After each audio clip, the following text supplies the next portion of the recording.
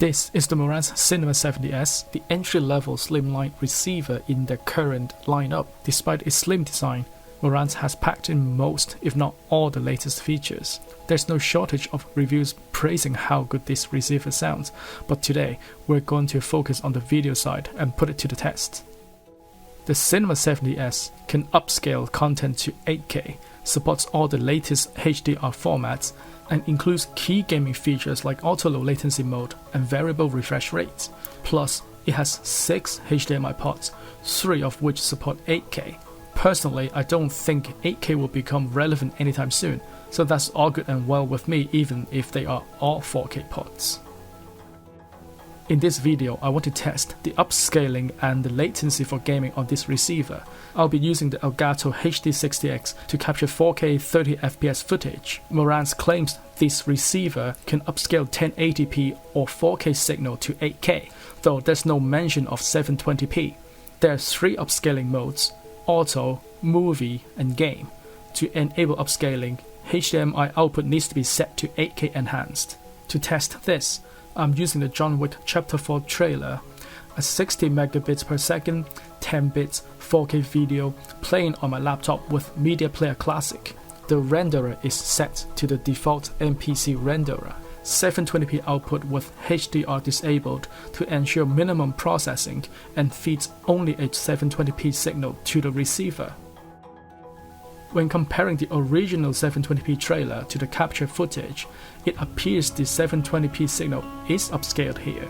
The outlines of objects and the text seems smoother and less pixelated on the edges. It doesn't look like 4K, but it comes very close to looking like 1080p. It's evidence that some processing has been applied to the 720p signal. As for the color banding, don't pay too much attention to it here. I fed the same signal directly into my Sony A80J, and the TV should handle the banding.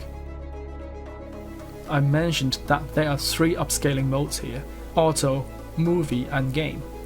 As the name suggests, you might think movie mode prioritizes quality, while game mode prioritizes latency, but after I played the trailer with both modes, there is essentially just one mode, and I would suggest leave both video mode and upscaler settings to auto.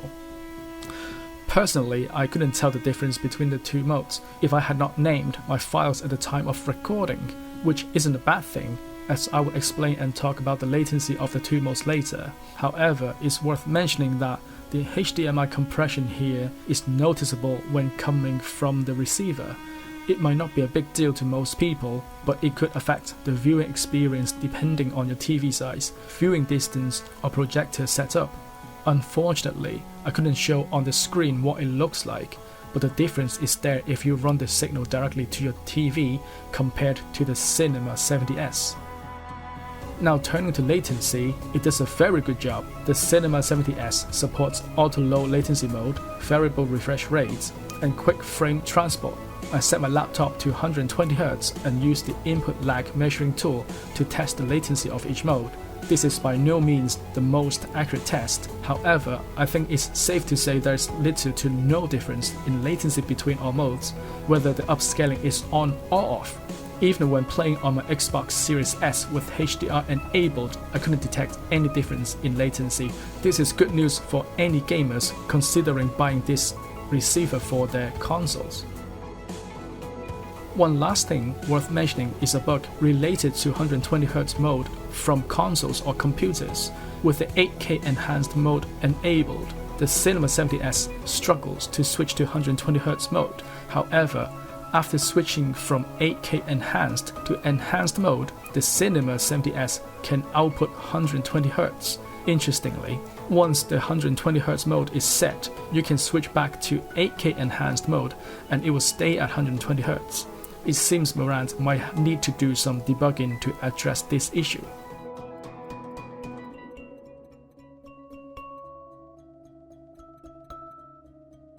Overall, the Marantz Cinema 70S covers the video side of things quite nicely. It handles upscaling well, supports all the latest HDR formats, and includes key gaming features. While there are some minor issues, the video performance is more than acceptable, especially considering its compact design.